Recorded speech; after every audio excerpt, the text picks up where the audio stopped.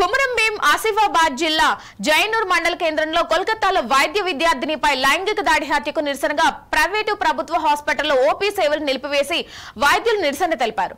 ప్రభుత్వ హాస్పిటల్ నుంచి కుమరం భీం చౌక వరకు ర్యాలీగా వచ్చే నిరసన తెలుపుతూ దేశవ్యాప్త నిరసనలో భాగంగా ఐఎంఏ పిలుపు మేరకు వైద్య సేవలు బహిష్కరించారు. ఈ సందర్భంగా ఘటనకు వ్యతిరేకంగా నినాదాలు చేశారు. అనంతరం ఐఎంఏ సంఘ నాయకులు మాట్లాడుతూ వైద్య విద్యార్థినిపై అత్యాచారం హత్యకు పాల్పడ్డ నిందితులను కఠినంగా శిక్షించాలని డిమాండ్ చేశారు. నిందితుల్లో ఎంతటి వారున్న వారికి ఉరిశిక్ష పడేలా ప్రభుత్వాలు చర్య తీసుకోవాలన్నారు. లేనట్లయితే రాబోయే రోజుల్లో ఆందోళనలు ఉధృతం చేస్తామని హెచ్చరించారు. పనిచేసినటువంటి చిన్న స్థాయి నుంచి పెద్ద ఉద్యోగులు ఎంత రోజుకి ఎంత స్ట్రెస్లో డ్యూటీ చేస్తారనేది అసలు ఊహించుకోలేని తగినటువంటిది.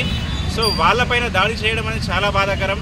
ఇప్పటికీ ఇంకా చాలా సంఘటనలు జరుగుతూనే ఉన్నాయి. ఇది ఒకటి బయటకు వచ్చింది, చాలా ఇంకా బయటికి రాలేదు. ఫిజికల్లీ అసాల్ట్ అయితే అవుతూనే ఉన్నాయి. సో ఇట్లాంటి వాటిని మేము నిరసిస్తూ ఇట్లాంటి వాటిని ఖచ్చితంగా ఇట్లాంటి జరిగినప్పుడు వెంటనే వితిన్ హాఫ్ అన్ అవర్లో పోలీసు వాళ్ళు కేసు పెట్టే విధంగా గట్టి చట్టాన్ని తీసుకురావాలని చెప్పి మేము ఇక ర్యాలీని చేయడం జరిగింది.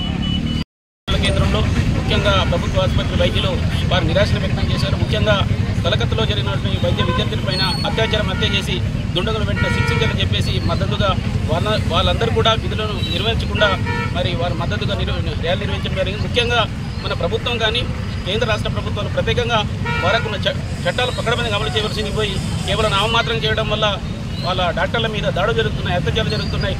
తక్షణమే ఎవరైతే కోల్కతాలో జరిగినటువంటి వైద్య విద్యార్థిపై దాడి చేసి అతి కిరాతంగా అత్యాచారం చేసిన ఎవరైతే దుండగులు ఎంతటివైనా సరే కేంద్ర ప్రభుత్వం తక్షణ హోంశాఖ స్పందించి తప్పకుండా వాళ్ళు ఎంతవైనా సరే కఠినంగా శిక్షించాలి, ఉరిశిక్ష వేయాలని డిమాండ్ చేస్తూ ఉన్నాం.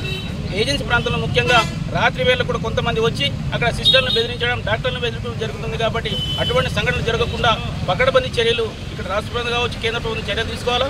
వాళ్ళకు ఉన్నటువంటి కఠినమైన చట్టాలను తప్పకుండా అమలు చేయాలా. ఎందుకంటే డాక్టర్లు దేవుళ్ళు సమానం. కాబట్టి ఏ పరిస్థితుల్లో మనం పోయినప్పుడు ఖచ్చితంగా వాళ్ళు రెస్పాన్స్ ఇస్తారు.